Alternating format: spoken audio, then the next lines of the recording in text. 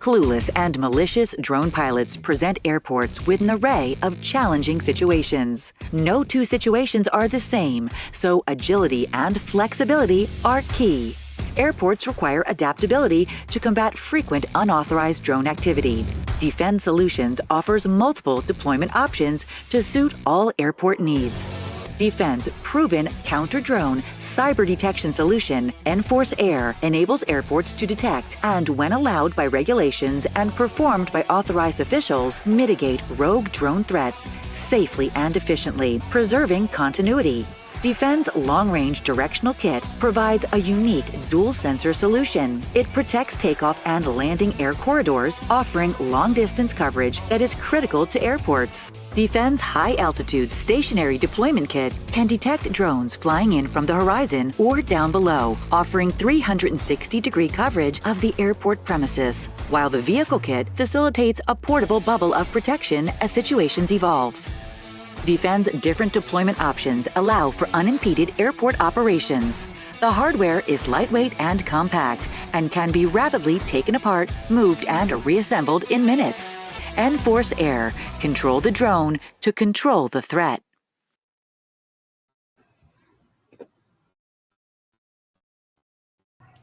Hey everybody, welcome back to your Dawn of Drones podcast. I'm Dawn Zoldi, your host and the CEO of P3 Tech Consulting. I'm actually at NBAA's, which is the National Business Aviation Association's Business Aviation Conference and Expo. So it's kind of crazy. We might have some connection issues, but I'm hoping not. I'm just warning you in advance. And I want to thank Brett Feddersen here. He is with D-Fend Solutions. And we are knee deep in a month dedicated to this idea of the tech ecosystem. So really excited to have Brett on board today. Brett, welcome to the show. Thanks, Don. I appreciate it. It's a great show, and we're happy to be part of it. Absolutely. Now, everybody that's been watching this show, and if you haven't, this is part 4 of 4 of a D-Fend Solutions series across this year. We've done one a quarter. This is our last one, which makes me kind of sad. But every quarter we had amazing guests from the company talking about all different kinds of things, from what's happening in the UK from a counter UAS perspective to what's happening at airports. And today we're really going to tap into Brett himself and his deep experience in the military, in law enforcement, in the FAA, and his perspective on counter drone and what's happening not only kind of in the country and the world, but also in the company that for which he now works. So, Brett, let's get to it. You've got a deep background in law enforcement. Tell us a little bit about how law enforcement, or first of all, tell us about yourself. I know I just gave a kind of a long intro there, but tell us a little bit more.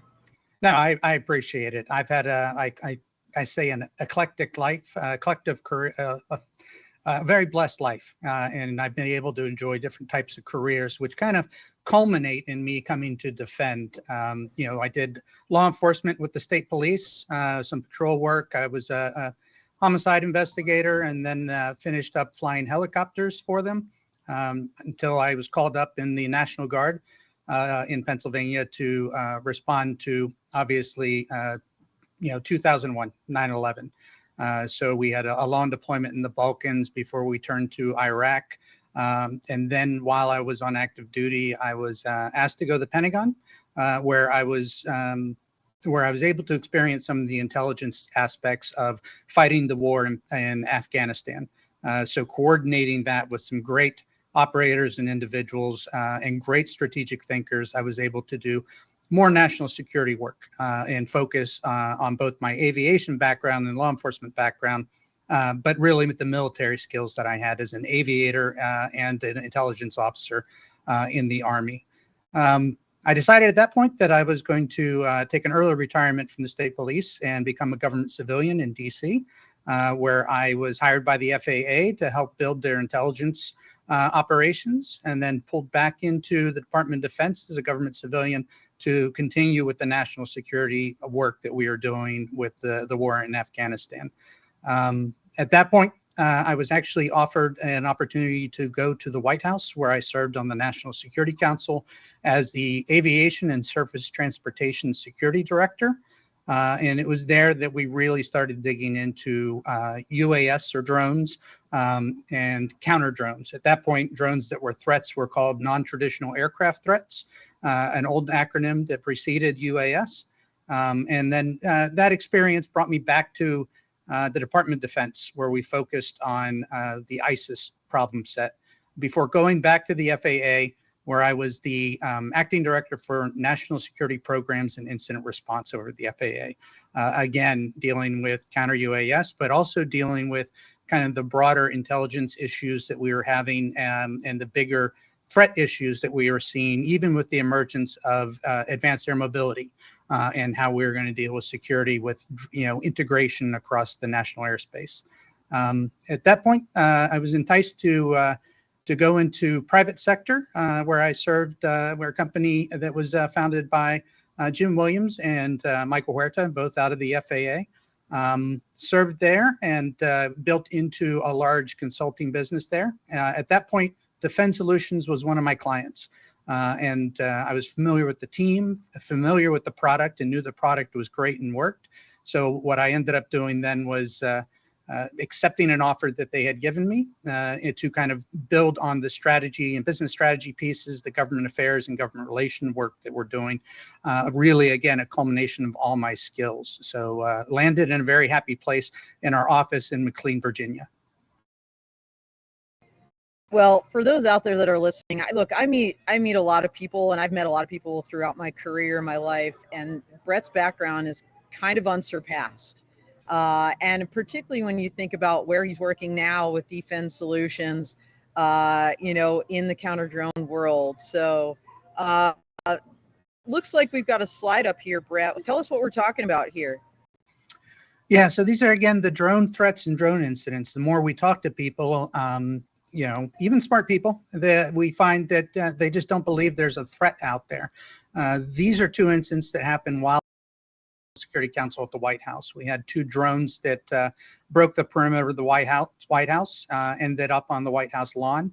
And then just following about 6 months later, we had the incident where an individual from Pennsylvania flew down a gyrocopter, landed it on the Capitol lawn. And those incidents of both, critical infrastructure and very public sites that we have, sensitive sites, highlighted the idea that we were behind the power curve on developing a system to both identify them and to counter them. And I think that's really in the 2015 range where a lot of the counter UAS technology really started taking off and getting a little bit more notoriety. You know what, Brett? This time you're talking about, the White House incident, was in 2015. And I remember it specifically because at the time I was in the Air Force on active duty, and I had started this, DoD domestic imagery working group, and we were looking at what the policy should be domestically for drones, right? In the United States, the military drones that had been overseas for so many years, the pilots flying over there and coming home and not used to flying in the national airspace. But we had started talking about counter drone even before this incident and telling people like, hey, this is going to be an issue. And when that drone landed on the White House lawn, we were like, told you so. Exactly. And think about that for a second, Brett. Here we are in 2023, and we haven't come really too much further as a nation on this topic when it comes to policy. So I want to back up for a second and kind of tap back into your time in state and local law enforcement, because I think, that experience that you had and the fact that currently our state, local, tribal, territorial government officials and law enforcement lack the authority to mitigate drones. Given your time working in public safety, do you think we are ready for state, local, tribal, territorial law enforcement to utilize advanced counter UAS technologies? Yeah, absolutely. This is a continuing debate out of the National Action Plan, that we have, where the administration has asked Congress to develop laws and legislation to expand the authorities into, into the national, country nationally. Actually give state and local law enforcement that authority that the federal government has had since 2018 to kind of move through it. I do have, as we talk to law enforcement, and I talk to a lot of folks that I served with, there is absolutely a need. And I think people don't understand until they have a system that can detect just how many drones are out there. And I know the FAA talks about careless, clueless, and criminal. But when you by the way, I've added a fourth, by the way, go ahead. combatant. Combatant. Yes. Yeah. I think that's absolutely where the functions are. But I believe here in the U.S., we need to just start looking at it as criminal or legal and illegal flying. When you take it back to that way, you're only going to enforce or counter or mitigate the threat from drones when there's an actual threat. And you're only going to do the enforcement piece when there's a violation of the law. Those drones that can come into an area that is, that has a TFR flight restriction around it, they're either going to be cleared by the FAA or they're going to be pre-coordinated in things like the Super Bowl.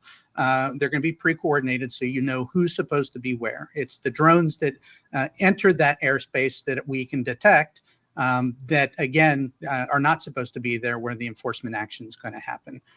So yes, the argument that I hear is that there needs to be a pilot program. But I argue that there's already been a pilot program. We've had 4 federal agencies since 2018 that have been using systems inside the United States with effect and without any issues. So at this point, I think, we've done the test bed. We should expand it again to state and local law enforcement who are more than capable of being able to operate these devices and keep the public safe. I can't agree more, Brad. I mean, I think training is always an issue, but that's regardless of whatever technology or whatever new tactic, technique, procedure that you're introducing, into the force, right? So, with the right training and the right TTPs, to me, this is a no-brainer. I mean, look, you've been so deeply involved in national security. Of course, Homeland Security is a kind of a subset of that. I've taught Homeland Security. I've been involved in Homeland operations, as have you, Brett, in your time. And it's like when there's an incident, the first boots on the ground are going to be the local law enforcement. We saw this with 9/11, right? Who rushed to the Twin Towers? It was the local police and fire departments. Exactly. Yeah, the first responders that are out there for these incidents. Absolutely. So, first of all, props to this administration for putting out this national action plan. And that's not a political statement. That's just somebody has done something. And I love that. But what I also love is there has been bipartisan legislation, and I want to underscore that because, this isn't like just the administration. This is now both sides in kind of a vitriolic environment, locking arms on this topic and saying, hey, we need some additional authority. What are your thoughts on this? Yeah, so, strategically, the argument back and forth, while there is still legislation, there's always a misunderstanding on privacy. And privacy is important to us as a company. It's important to all of us here in the U.S. It's one of our freedoms. But I think there's just a lack of understanding on the techniques and the methods and the equipment that's being used here. When our system's out there detecting, tracking, identifying folks, we're not pulling anything more in the system other than remote ID requirements. I mean, we've been doing this forever, right? This is the same ADSB signals that are going out. This is the same remote ID signals that are going out. Excuse me. And they're going out publicly across the airspace. And so at that point. Yeah. I mean, I want to interrupt you for a second because, my argument is this whole idea of, we're concerned about privacy or somehow this violates hypothetically a whole bunch of different, federal criminal statutes. To me, it's a moot point now with remote ID. Because we are actually requiring people to broadcast information and to the public. And once you do that, if that's the similar information that you're capturing, like, what's the issue? It's already out there, Yeah, right? I mean, exactly. that's the way I look at it. And we take the extra steps. You know, we're in 24 different countries, right, where privacy laws reign, especially in the UK with GDPR, and in Europe. So we're very cognizant of what goes on, and we take the extra step where we make sure that we don't capture any video, we don't capture any kind of cell phone data, communication data that's PII or any of those things. We're simply identifying, tracking, and identifying the drone. And then we give the operator of our system the capability to mitigate it. And I think the great part of that is that when we mitigate it, we're not jamming anything. We're not knocking anything down out of the sky. We're not, spoofing anything and making the drone go back somewhere. We are actually taking control of the drone and landing it safely in an area where the operators of the system can collect the drone. And at that point, because it's not damaged, if our system shows you where the operator is and it shows you where the aircraft is, it allows law enforcement to talk to the operator, give back the drone safely, undamaged, and give them an education or a warning or a citation in some instances for flying in the wrong places. The other aspect to that is if it is an actual criminal event, then that becomes evidence or intelligence value on the battlefield, right? That is not damaged and just dropping collateral damage as it falls out of the sky. Who knows where? With mass events, it's really difficult to really take that step. Kind of circling back, though, with this conversation on privacy, I quite don't, while it's a bipartisan issue and there's some great laws and bills that are set out there, we have not seen any type of forward movement with putting those bills into amendments into the FAA reauthorization or addressing the issue. And we've had lots of smart people across industry, the government, foreign allies that have made the comment over and over again that, it's just a matter of when, not if, we're going to have an attack from a drone. And these can be just physical attacks using the drone itself. The leaflet drops that we've had out in the NFL games. We had one recently in the Commander game that just, came over. And a lot of people, I don't think, understand why you stop or pause the game. But when it is a drone that nobody is controlling in that space, you need to, take some action to safely take care of the individuals, that are dealing with it. Absolutely. I mean, so many different use cases. You just talked about stadiums. You've mentioned other critical infrastructure. I want to talk about this a little bit more, Brett, in detail. Now, before I do, I just want to remind everybody, if you haven't seen D-Fend's and Force Air in action, we just rolled a little video at the beginning, but Enforce Air has evolved over time. There's Enforce Air 2, and we did a worldwide release on that with D-Fend, so check that out. And I want to talk, because I'm at NBAA, right, which is business aviation. Now, these are the folks that are typically at those smaller regional airports, like the one in Henderson here in Las Vegas. Let's talk about the airport use case, because this is significant. And by the way, Brett, I think you guys need to be here next year because there are no such companies like yours here. Yeah. And I think I think you guys would add such value to the conversation, because here's what I'll tell you about what I'm seeing at this show. They've actually embraced drones and advanced air mobility. And they're talking about airspace integration. So you guys are part of that conversation. Yeah, we have these conversations quite a bit that, there has to be a security apparatus beyond just looking at UTM and understanding how to manage traffic, unmanned traffic at a lower level. You have to be able to have some more situational awareness and a capability to deal with it. And if we allowed the drones to integrate, which we should, and we should do it soon because the capabilities are there and the benefits are huge, then we need to, kind of understand that we have to be able to mitigate that and see it. So it's more of a trusted traveler aspect, much like pre-check when you're going through the lines, being able to see and understand where these aircraft are.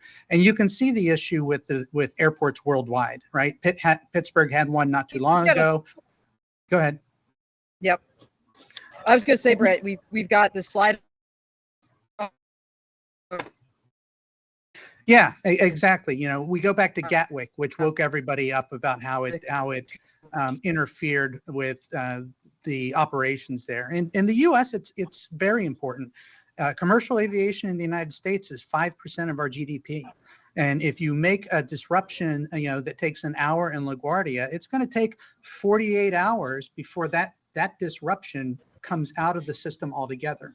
And this is where the frustration that us as travelers find when the maintenance is off or the pilots have timed out.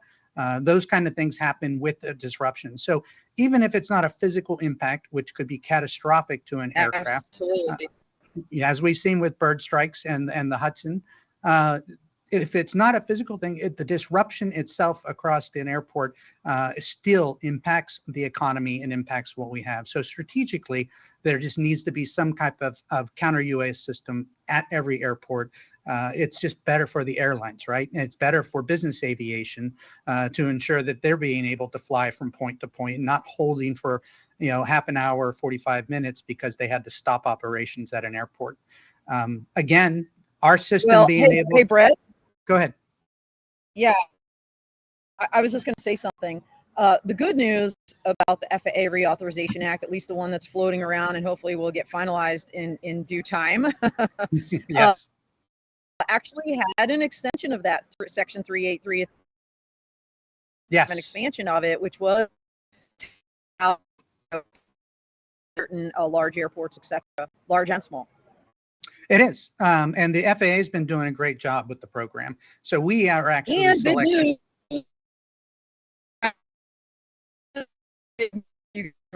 Drum roll here. Tell us about it. So yeah, the Section 383 program came out of the 2018 authorization, and it gave the FAA the ability to test both detection equipment and mitigation equipment in the airspace. They used it out of obviously their technical center that's in Atlantic City, but we were selected for the program as well, and have gone through the testing of detect, track, and identify, and then separately the testing for mitigation. And we've done well. We moved on to a second phase where we put our systems in Syracuse. The FAA was doing continual testing both at Atlantic City Airport and up in Syracuse, and kind of moving forward. This is a big step in validating what we already know because of international airports we're operating at, which is that our system does not disrupt the national airspace system or communications with any type of aircraft. And that even the mitigation piece does not interfere with any of the aircraft operations. And again, going back to air part interference, our system takes control of the drone and moves it to a specific space. What that does is that prohibits the drone from flying across runways or taxiways on a way to get back home because we have full control of the drone. So it's kind of a great step for us here. Now we need to see the regulations, the guidance come out of the FAA on all the equipment that they tested. And then we need to kind of move forward with actually deploying these more broadly here in the US. Yeah, so I mean, we're kind of talking around the edges here, but let's dive a little bit deeper as to why D-Fend Solutions and Force Air and Force Air 2 is just ideally suitable for the airport environment. I mean, that when you think about sensitive environments, I think this is probably one of the most sensitive use cases, quite frankly. It is, right? Because if you jammers, for instance, just can't be used on the airfield. They're great for overseas when we're on the battlefield. Our equipment's being used as well in conflict areas. The military's using us, but at a domestic airport where we're trying to keep everybody safe and the millions of travelers that travel daily across the U.S., we want to be able to make sure that when we operate and show where the drones are from detection, all the way to giving the officer the ability to mitigate that drone, you want to make sure that there's absolutely no disruption, again, because of the economy, but mostly the safety, right? You don't want it damaged to an aircraft. You don't want any of the workers that are out on the ramps to be injured by a drone flying by, and you don't want it to, impact any of the passengers that may be in the main terminal as well. So, even out to the parking lot space, we have some domestic airports. I'm not going to name which one, but there's some airports that actually have about 200 incidents per week when it comes to Oh my drones. gosh, are you kidding me? No, it's one of those things, again, that people just don't understand the problem until they have a detection system in place where they can see what the issues are and address those issues.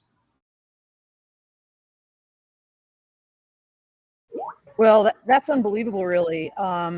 And you know what's interesting, Brett, that I learned here, a lot of these business aviation groups, they're looking at drones to be part of their flight departments for various reasons, whether it's looking at the foreign object debris, right, runway and things like this.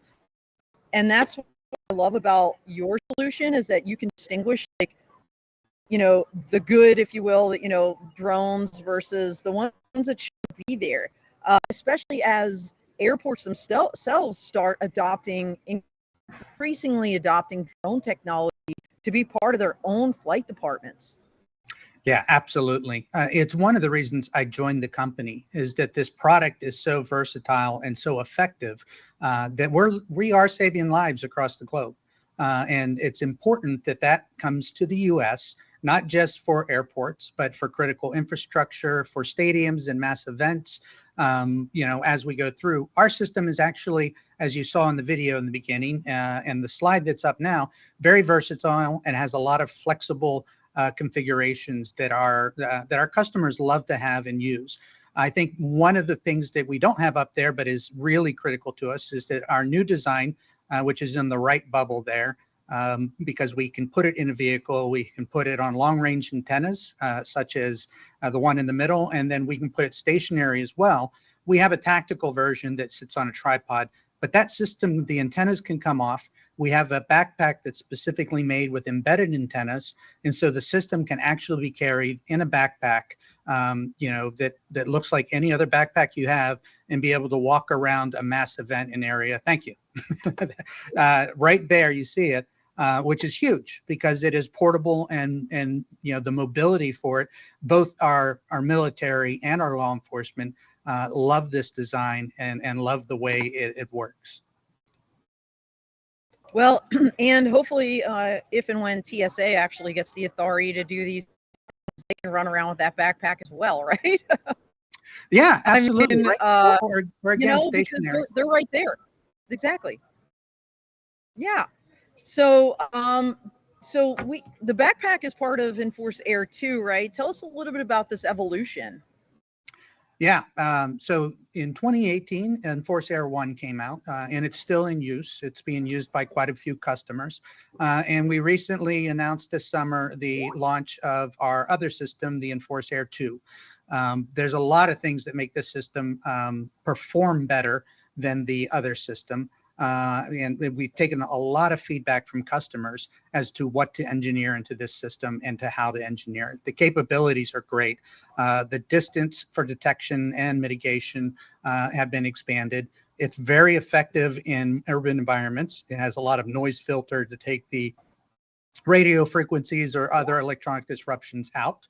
And then from that point, though, again, with the versatility of the configurations have made this great. And it is also, I don't want to say over-designed, but it is designed so that it can grow within the same box and not have, you know, have additive capabilities in the future.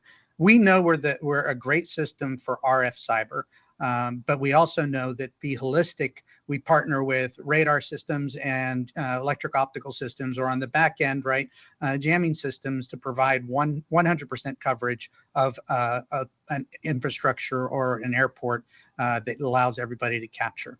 So it's been phenomenal. The feedback we have has been great. We're excited to push this out. We think it's a game changer, both on the battlefield and here in the US. So I think you alluded to it, but I'm just going to ask you directly, how has Enforce Air been received, not only by the airport community and those defending it, but otherwise? Great, because we've had you know, systems again tested by FAA, tested by TSA, And these tests have helped solidify what we already knew, which is that the performance in this Enforce Air 2 has hit the next level.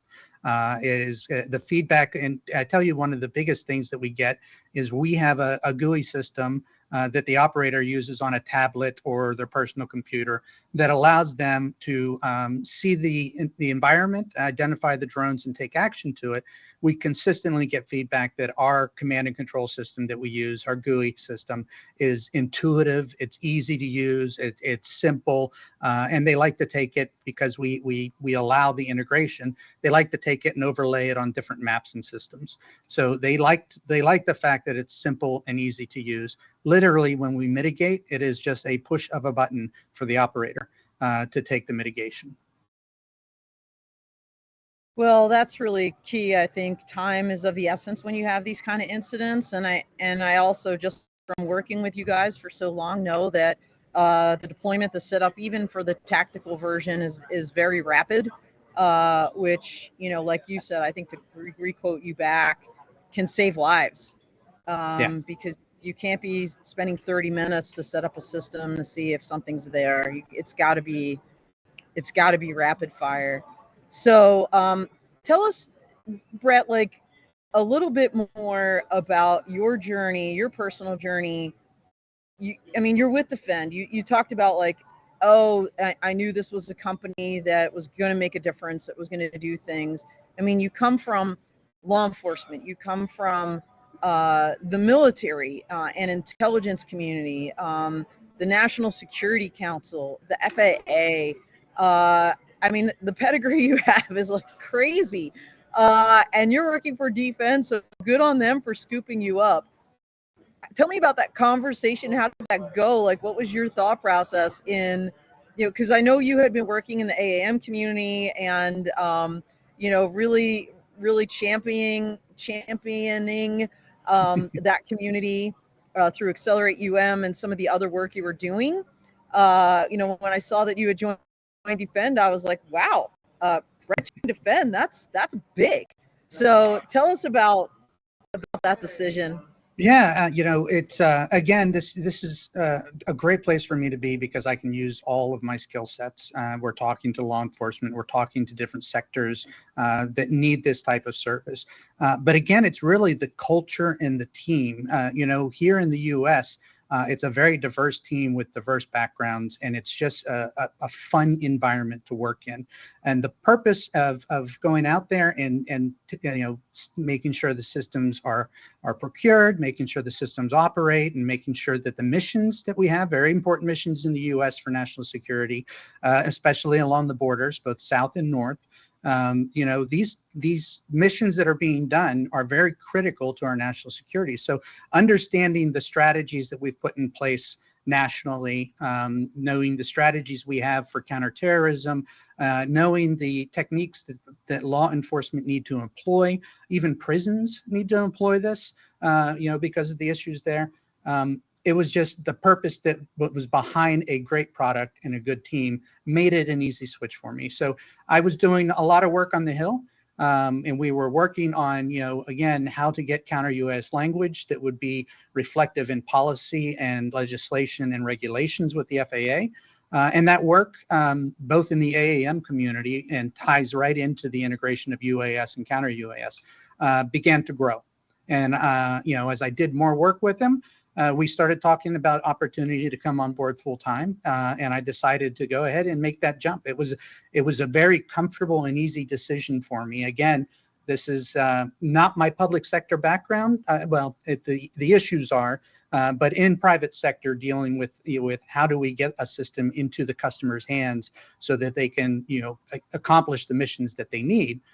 Were very important to me. And so the government affairs piece allows me to continue engagement on the Hill and talking to legislators or individuals, the political aspects at the state level and the local level, because I grew up at those levels, allows me to, make sure that they see the value with both our system, but other systems as well, but the counter-UAS system altogether, and how they can employ it effectively. So that was an easy transition kind of coming over. The intelligence piece, we've all seen the battlefield issues in the Ukraine and now in Israel. And we've saw these in Syria, we saw them in Iraq, we saw them in Afghanistan. These are now part of the battlefield, and they're a big part of operations and maneuver on the battlefield, no matter where the conflict is. And if you're going to use these drones, then you're going to need the ability, obviously, to stop your adversary from using the same type of drones or even different drones. We've got a very large library that is constantly being updated, and it's just good to see that these are in use. And so I get the satisfaction that I used to get for doing national security work for the people and the public as a government employee. I get that same satisfaction now as a civilian, offering the same type of security that we need across the airspace. Well, like I said, they're lucky to have you. And, you're absolutely right, Brad. I mean, what we're seeing across the world, what we see overseas, it's really not, it doesn't take a great leap of the imagination to think how that can happen right here at home. I did just read this morning that Israel has banned the use of recreational drones either yesterday or as of yesterday or today. Even when you have amazing systems like yours that can detect, like you said, good versus the bad, why even, right, risk that? So if you say like you're not flying and then somebody is, that makes the decision a lot easier as to what you do with respect to mitigating that particular drone, right? Unapologetically. Absolutely. And when we talk about the state and local law enforcement using this, the aircraft is really another vehicle, right? So law enforcement has the authority to stop vehicles that are a hazard to people, whether they use a pit maneuver to disable the vehicle or they're using stop strips to disable the vehicle. The only way to really disable an aircraft and do it safely is to take control of it and move it to a safe place where you can go ahead and pick it up. Again, you don't want to jam it and knock it out of the sky. But law enforcement needs this ability because we now have this, drone services and recreational drones with individuals, again, who may be careless or clueless, but are doing illegal acts. Law enforcement needs to take the steps to be able to do it. So again, it's a no-brainer to me to push it out. I think in some of our customers overseas, they were quick to adopt counter UAS and to give the authorities to their law enforcement at the state and local levels. And by doing that, then they've been able to really create an environment where they can detect legal drones and illegal drones and take action before something happens. Even here in the U.S., we've had several incidents where people have armed drones, have used drones to intimidate people or invade privacy. And then again, there's just no way for law enforcement to take action to stop those illegal or to stop those crimes. And so it's important that we push this. And I encourage anybody who's out there listening, please contact your your congressman or congresswoman, and have them push to, as a minimum, expand the authorities to state and local law enforcement so we can actually get protection out there. And when you think about it, Brett, it's not only great for the public, it's not only great for the drone industry writ large, and of course law enforcement to have the ability to do this. It's actually great for drone pilots themselves to have law enforcement using something like either like using Enforce Air as an example. Because I think the biggest concern drone pilots is, oh great, Joe Bob law enforcement is just going to be like blowing my drone out of the sky or jamming it or spoofing it and, uncontrolled flight, and where's it going to go? This protects everybody, including the drone pilots themselves, because yes, they are, let's just say they are just the careless person or just the clueless person. They're right. not getting penalized with like a drone that's been blown up. And then law enforcement also, they're not getting claims for damage. That's right. huge. It is. And the insurance industry is already in the space trying to figure out how to deal with drones and how to deal with, electronic vertical takeoff aircraft. They want to be able to understand how, AAM is going to come into our national airspace. It's going to change our society for the good. I can't wait until we get it. I know there's eVTOLs that are being certified and out there flying, but even them flying around at low levels or higher levels, they should have somebody watching and being aware of the hazards out there with recreational drones or those that are flying it illegally. Again, you're right. Our system can do that, and it can give it to a point where it keeps the drone intact, so that they can put it in evidence and give it back eventually, or give it back immediately and be able to give the individual warning for the way the flight is. But AAM pilots are going to need somebody looking out for them as well. Or guess what? Wisk is here, and yes, their whole gig is we're going autonomous. Like, we're not going to have a pilot. Like, unlike Volocopter, who's going to be literally flying. They flew this morning, flew yesterday. I'm going to watch them tomorrow. I'm so excited. But like Wisk is like 100% autonomous. Think about that. Yeah, Wisk has done amazing things, and they're really pushing, the envelope of autonomy and AI and safe operations in their aircraft. And I know that I saw their most recent one, right, that actually has more passenger space to it. But again, it comes back to what we've seen over and over again with vehicles that are using AI and autonomy, the self-driving cars and trucks that are being tested, right? The human that operates and monitors it is great, so that we have an action in there. But it is safer to have the computer assess things much faster than we can as humans, and react to a very conservative safety program profile. So I think Wisk is taking the right approach. The FAA and NASA have laid out that in the loop, on the loop, out of the loop.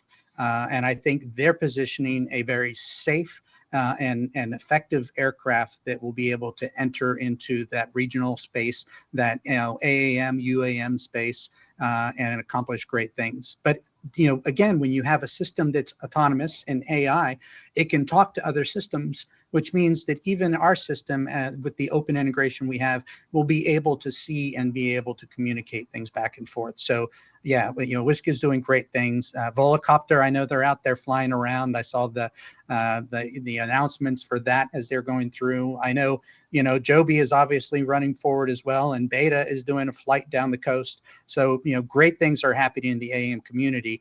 We just need to give them that safety blanket underneath that allows them to land at these vertiports, to land at the helipads, to go into the traffic at the airports. I think you just created a new tagline: D-Fend Solutions, your safety blanket. I love it. I love it. All right, so we are getting close to the end of our time, which I knew would fly, because it's always fun talking to Brett.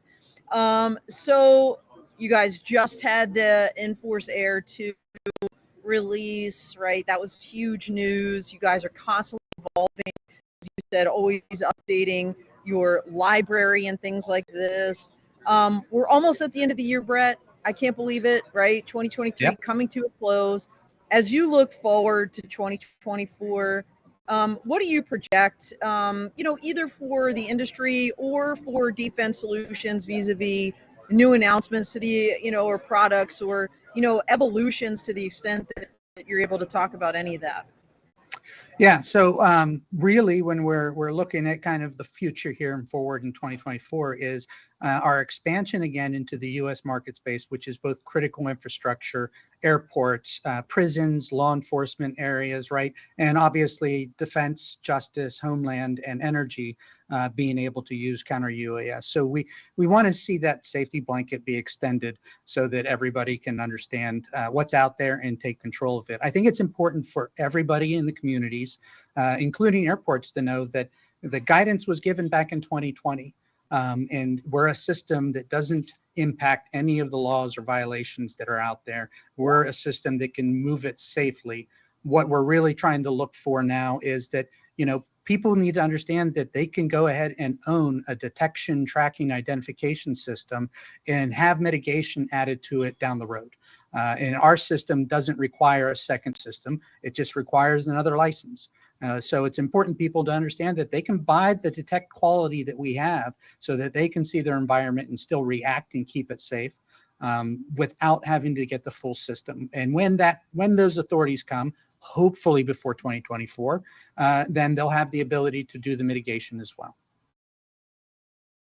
Well, that is an excellent point. I think, just a foot stomp that you don't need the whole enchilada. You can engage in the detection right now and then mitigation down the line, if and when needed. One thing real quick, because I want you, as we close the show, Brett, I want you to tell everybody how they can reach you. I did want to do a very quick shout out to USI, or the Unmanned Safety Institute. They're letting me camp in the booth, as you can see, here at NBA BACE. I could not get Wi-Fi in my hotel room. That was a first ever. So I really appreciate that and their willingness to work with me here. But please tell everybody how they can reach you and learn more about what you're doing, what D-Fend is doing, and of course, Enforce Air and Enforce Air 2.